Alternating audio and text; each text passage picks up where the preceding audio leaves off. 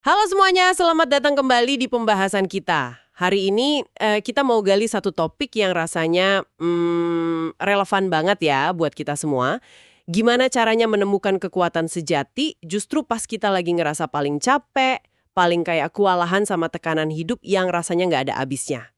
Nah, sumber inspirasi kita kali ini datang dari sebuah renungan NDC Revive tertanggal 4 September 2025 nanti. Judulnya, Kekuatan dalam Keheningan Menanti Tuhan. Oh iya, dan itu akarnya dari Alkitab ya?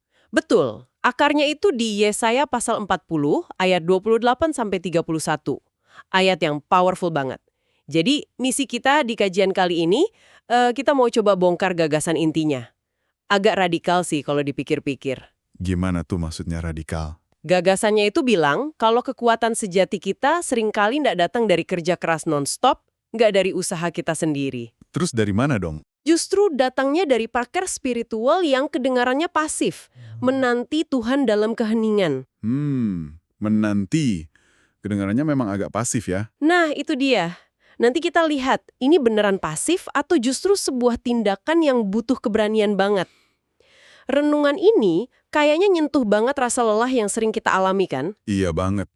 Lelah karena hubungan, cemas soal masa depan. Betul. Atau ngerasa kejepit tuntutan ekonomi, beban tanggung jawab, ekspektasi orang. Anda mungkin lagi ngerasa gitu sekarang. Rasanya kayak baterai mau habis gitu ya. Udah merah, kedip-kedip. Persis. Dan ini bukan cuma capek fisik loh, tapi capek jiwa, lelah batin gitu.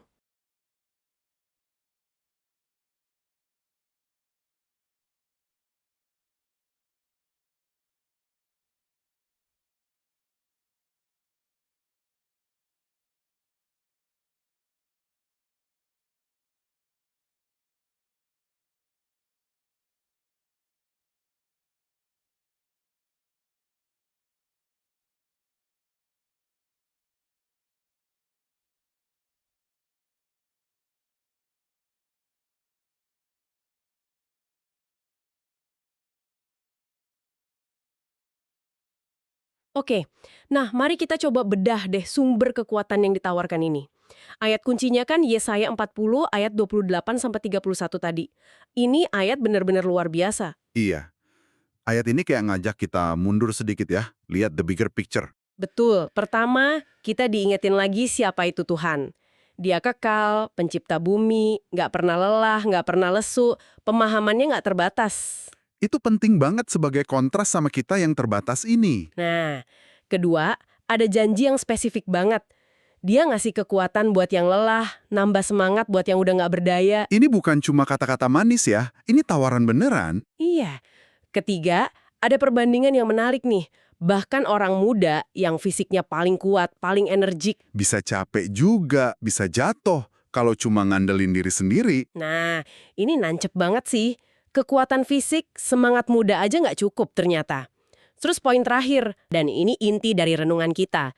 Janji kekuatan baru itu dikasih spesifik ke orang-orang yang menanti-nantikan Tuhan. Bukan yang paling sibuk ya, atau yang paling jago strategi. Bukan, tapi yang menanti. Hasilnya digambarkan mereka bakal terbang naik dengan kekuatan seperti Raja Wali. Wah, keren banget gambarannya. Raja Wali yang terbang tinggi, nggak ngepak-ngepak sayap terus. Iya, mereka bakal berlari dan tidak menjadi lesu, berjalan dan tidak menjadi lelah. Ini bukan berarti nggak ada tantangan ya. Tapi punya daya tahan ilahi buat ngelewatinnya. Nah, paradoksnya jelas banget di sini. Kekuatan didapat bukan pas kita gerak paling cepat, tapi justru pas kita berhenti sejenak untuk menanti. Gimana kita memahami menanti ini ya, itu kuncinya. Dan gagasan menanti versus usaha keras yang Anda sebut tadi, sumber kita ini ngaitin dengan kenapa sih menunggu itu susah banget buat kita zaman sekarang? Oh ya? Gimana kaitannya? Renungan ini ngutip pemikiran Peter Scazzero. Dia penulis yang banyak kebahas soal spiritualitas sama kesehatan emosional. Oke, Scazzero bilang apa? Dia bilang, kita dibentuk bukan dalam kesibukan, tetapi dalam keheningan. Wah, ini langsung nusuk banget kebudayaan kita yang kayak terobsesi sama produktivitas, ya nggak sih? Bener banget. Harus sibuk terus, harus ada hasil yang kelihatan. Kita kan seringnya ngerasa berharga kalau lagi sibuk. Kalau diam, menunggu, itu rasanya kayak nggak ngapa-ngapain. Kayak buang-buang waktu, atau males malah ya? Nah, tapi perspektif sumber ini justru kebalikannya. Beristirahat dalam Tuhan, memilih buat menanti Dia, Itu bukan males. Tapi, Ini justru sebuah tindakan iman yang aktif banget. Ini pernyataan percaya kita kalau Tuhan itu berdaulat. Dia lagi bekerja di balik layar. walaupun kita nggak lihat pergerakannya ya. Betul, walaupun kita lagi nggak melakukan sesuatu secara fisik. Ini bentuk penyerahan diri yang butuh keberanian dan kepercayaan. Itu poin penting banget. Renungan ini emang menyoroti kontras yang tajam ya, antara kecenderungan alami kita sama apa yang Tuhan tawarin. Kecenderungan kita gimana? Kita ini kan lebih senang bergerak daripada diam, iya nggak sih? Betul, rasanya lebih puas kalau kita bekerja untuk Tuhan. Sibuk pelayanan, ngurusin acara, ini itu. Ya, itu baik sih tentu. Tapi seringkali kita lupa atau malah ngindarin bagian yang sama pentingnya. Diam di bawah kaki Tuhan. Maksudnya? Iya, meluangkan waktu tanpa agenda. Cuma buat bareng dia, dengerin suaranya, nikmatin hadiratnya. Analogi ponsel tadi gimana? Yang di-charge itu. Nah, analogi ponsel itu mungkin ada benarnya sih. Tapi beda juga ya, ponsel kan pasif pas di-charge. Kalau kita, Pengisian daya spiritual ini ternyata proses yang aktif di dalam batin. Nggak pasif sama sekali. tepat sekali. Analogi ponsel bantu ngebayangin perlunya isi ulang. Tapi proses menanti Tuhan ini jauh lebih dalam. Lebih dalam gimana? Kalau kita kaitkan ini dengan gambaran pertumbuhan spiritual yang lebih besar, menantikan Tuhan itu kayak yang dijelaskan sumber kita, punya makna fundamental. Bukan sekedar istirahat dari kerjaan gitu ya? Bukan, ini kayak ruang latihan spiritual. Disinilah kita secara sadar belajar ngelepasin kontrol kita. Mengakui kalau kita nggak bisa sendiri. Persis, kita ngaku, saya nggak bisa nanganin ini sendiri. Saya butuh kekuatan yang lebih besar dari diri saya. Ini latihan kerendahan hati. Lalu, Dalam keheningan yang disengaja itu, indera spiritual kita jadi lebih tajam. Kita mulai sadar kehadiran Tuhan yang sebenarnya nggak pernah pergi. tapi sering ketutup sama berisiknya pikiran kita sendiri ya? Nah, sama aktivitas kita, sumber ini nekenin prinsip penting. Transformasi sejati itu seringnya terjadi di dalam dulu. Sebelum kita bisa efektif melakukan sesuatu di luar. Betul. Keheningan menanti ini jadi semacam ruang operasi ilahi. Tempat Tuhan bisa kerja lebih leluasa. Kerja ngapain tuh Tuhan? Ya, membentuk karakter kita. Nyembuhin luka batin yang mungkin kita nggak sadar. Nyelarasin lagi motivasi kita sama kehendaknya. Wah, jadi ini bukan waktu kosong ya, tapi waktu pembentukan yang penting banget. Esensial. Nah, disinilah bagian yang menurut saya sangat menarik. Renungan ini nggak cuma ngomongin konsep loh. Tapi juga ngasih tahu hasilnya ya. Manfaatnya. Iya, disebutin jelas banget kalau keheningan yang diisi penantian akan Tuhan itu adalah tempat lahirnya kekuatan sejati. Kekuatan yang bukan dibuat-buat. Bukan energi sementara dari kafein atau ambisi, tapi kekuatan ilahi yang nopang dari dalam. Kekuatan yang tenang, tapi kokoh. Ini jadi kayak kesempatan emas gitu. Semacam transaksi ilahi, kalau boleh ngomong gitu. Transaksi gimana maksudnya? Kita secara sadar datang bawa capek kita, bawa keterbatasan kita yang pasti bakal habis dan bikin kita jatuh. Terus ditukar? Iya, terus nukernya sama kekuatan Tuhan yang nggak terbatas, yang nggak pernah habis. Wow. Sumber kita juga nyinggung soal mengalami kedamaian yang melampaui akal manusia. Kedamaian yang gimana tuh? Anda tahu kan kedamaian yang bukan karena semua masalah udah selesai? Oh, tapi damai di tengah masalah. Nah, itu dia.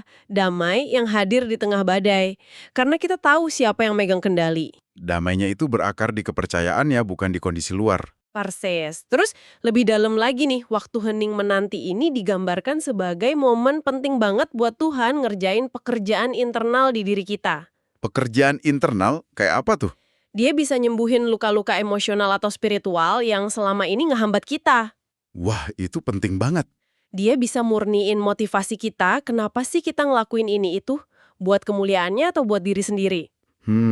Introspeksi mendalam ya jadinya.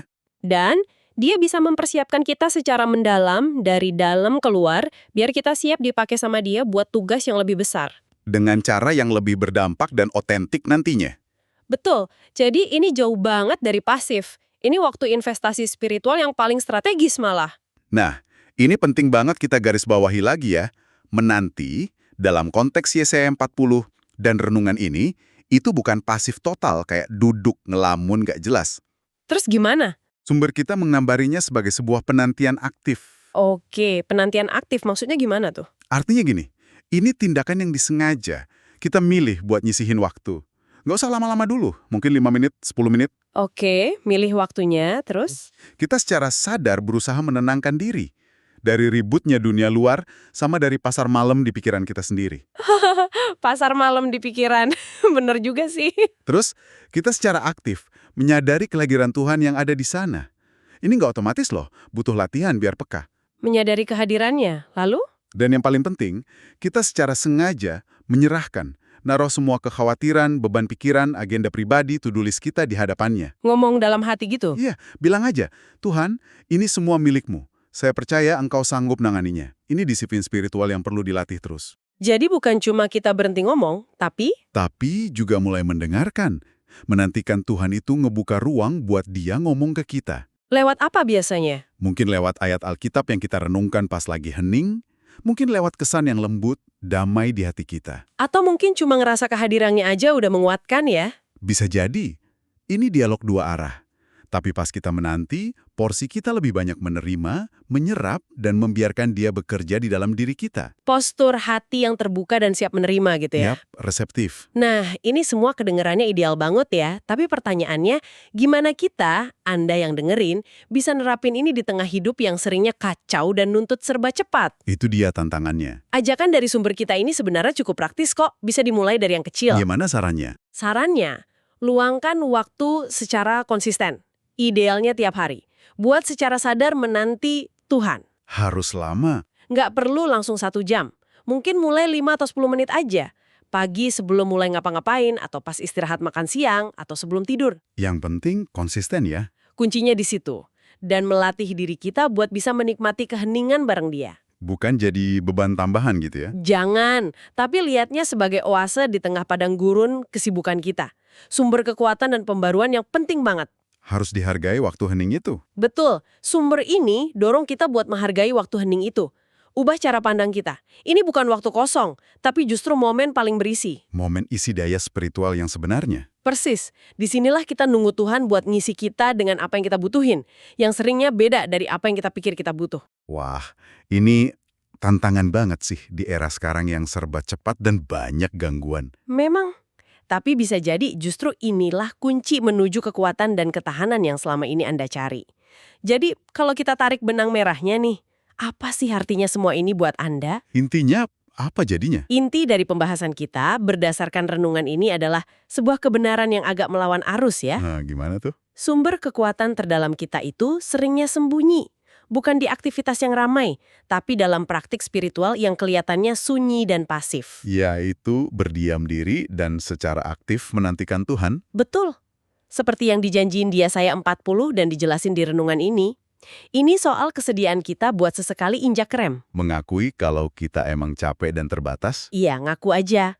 Terus secara sadar milih buat buka diri nerima kekuatannya yang nggak terbatas. Kata kuncinya tetap sama ya, menanti-nantikan Tuhan. Bukan sekedar nunggu pasif, tapi menanti dengan pengharapan dan iman yang aktif. Nah, ini tentu aja bikin kita mikir ya, menimbulkan pertanyaan penting buat kita semua yang dengerin. Pertanyaan apa tuh? Kalau kita mulai nerima gagasan kalau kekuatan sejati ini datangnya dari menantikan Tuhan dalam hening, bukan dari usaha kita doang. Terus gimana? Gimana seharusnya kesadaran ini ngubah irama dan prioritas hidup kita sehari-hari? Renungan yang kita bahas ini sebenarnya punya beberapa pertanyaan refleksi diri yang dalam banget sih. Mungkin sebagai pemikiran penutup nih buat Manda bawa pulang dan renungkan lebih lanjut. Oke, gimana pertanyaannya? Pertanyaannya bisa kayak gini. Menyadari betapa berharganya menanti sebagai tindakan iman ini, langkah apa yang sangat kecil, yang realistis yang bisa dilakuin, yang bisa Anda ambil minggu ini? Langkah kecil buat apa? Buat secara sadar, menciptakan sebuah momen keheningan di tengah jadwal Anda. Sekecil apapun. Bukan buat lari dari masalah ya? Bukan, justru sebagai cara proaktif buat nyambung ke sumber kekuatan Anda. Buat menantikan dan menerima apa yang Tuhan siapin buat Anda hari itu. Jadi apa satu langkah konkret itu sekecil apapun buat Anda pribadi? Nah, itu yang perlu direnungkan. Semoga pembahasan mendalam kita kali ini ngasih Anda perspektif baru ya dalam memandang kelelahan dan nemuin sumber kekuatan yang sejati. Amin. Harapan kami, Anda bisa nemuin kesegaran dan daya tahan baru dalam momen-momen hening yang Anda sengaja ciptakan untuk menantikan Tuhan. Sampai ketemu lagi dalam kajian kita selanjutnya.